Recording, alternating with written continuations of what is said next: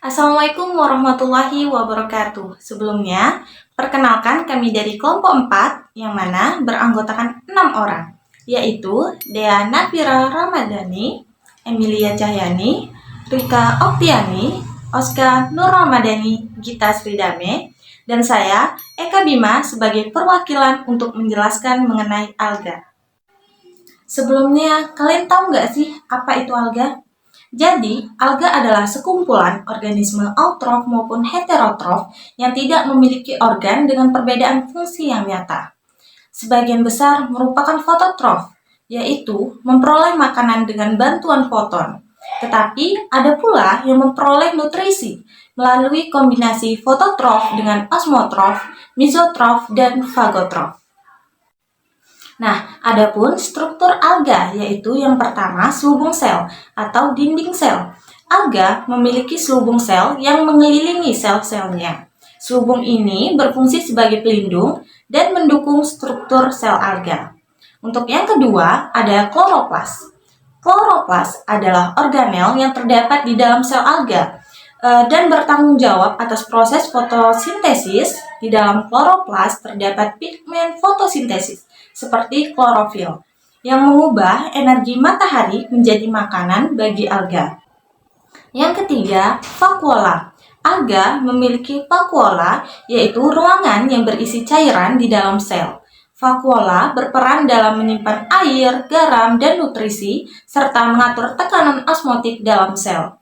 Yang keempat, ada inti sel atau nukleus. Alga eukariotik memiliki inti sel atau nukleus yang terpisah atau berfungsi sebagai pusat pengendali sel.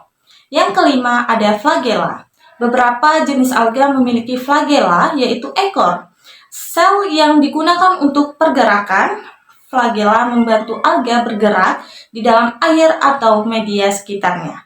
Yang keenam, ada phycobilisom. Phycobilisom adalah struktur khusus dalam alga yang mengandung pigmen phycobilin.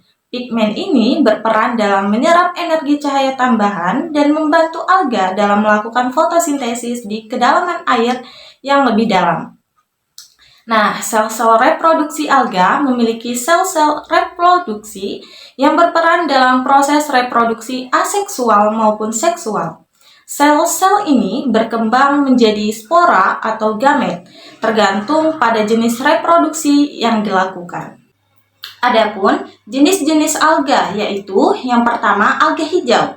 Alga hijau atau chlorophyta termasuk alga yang bisa berfotosintesis karena memiliki zat hijau daun. Yang kedua, alga keemasan. Alga keemasan atau Cheirosophyta merupakan jenis alga yang memiliki hidup atau fitoplankton dan bersel satu.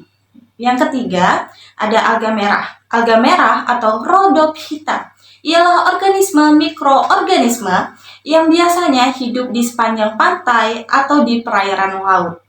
Yang terakhir, ada alga coklat. Alga coklat atau Phaeophyta memiliki akar, daun, dan tangkai yang menyerupai tumbuhan tingkat tinggi. Alga juga memiliki beberapa manfaat, yaitu yang pertama, membantu membuang racun di tubuh. Yang kedua, meredakan gejala alergi rinitis. Yang ketiga, sumber antioksidan. Yang keempat, memperbaiki kadar kolesterol. Yang kelima, mengendalikan tekanan darah. Yang keenam, peningkatan daya tahan tubuh. Dan yang terakhir, potensi mengendalikan kadar gula darah.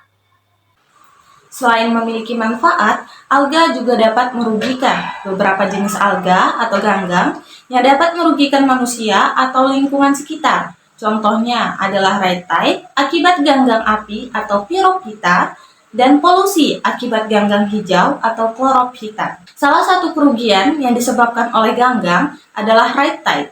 Rhytide dapat mengganggu manusia seperti sindrom keracunan akibat memakan ikan yang mati akibat rhytide. Selain itu, dapat mengakibatkan iritasi pada kulit dan mata apabila berenang di perairan yang sedang mengalami rhytide. Rhytide disebabkan oleh Noclituca, yaitu salah satu jenis dari ganggang api atau pyrophyta. Selain rhytide, kerugian lain juga dapat disebabkan oleh ganggang hijau atau chlorophyta. Ganggang hijau yang tumbuh berlebihan jumlahnya dapat menutupi sebuah perairan dengan warna hijau, berbau, dan seperti lumut. Hal ini dapat menyebabkan hewan yang ada di perairan tersebut mati sehingga dapat merugikan nelayan setempat. Selain itu, juga bisa menyebabkan polusi.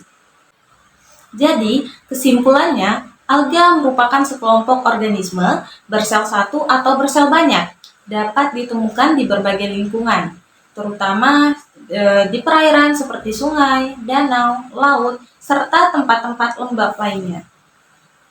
Alga terdiri dari beberapa struktur umum yang memiliki peran masing-masing. Warna pigmen alga berbeda-beda sesuai dengan jenisnya. Alga bermanfaat untuk bahan makanan dan kesehatan. Meskipun alga memiliki beberapa manfaat, ada juga jenis-jenis alga tertentu yang dapat menimbulkan kerugian.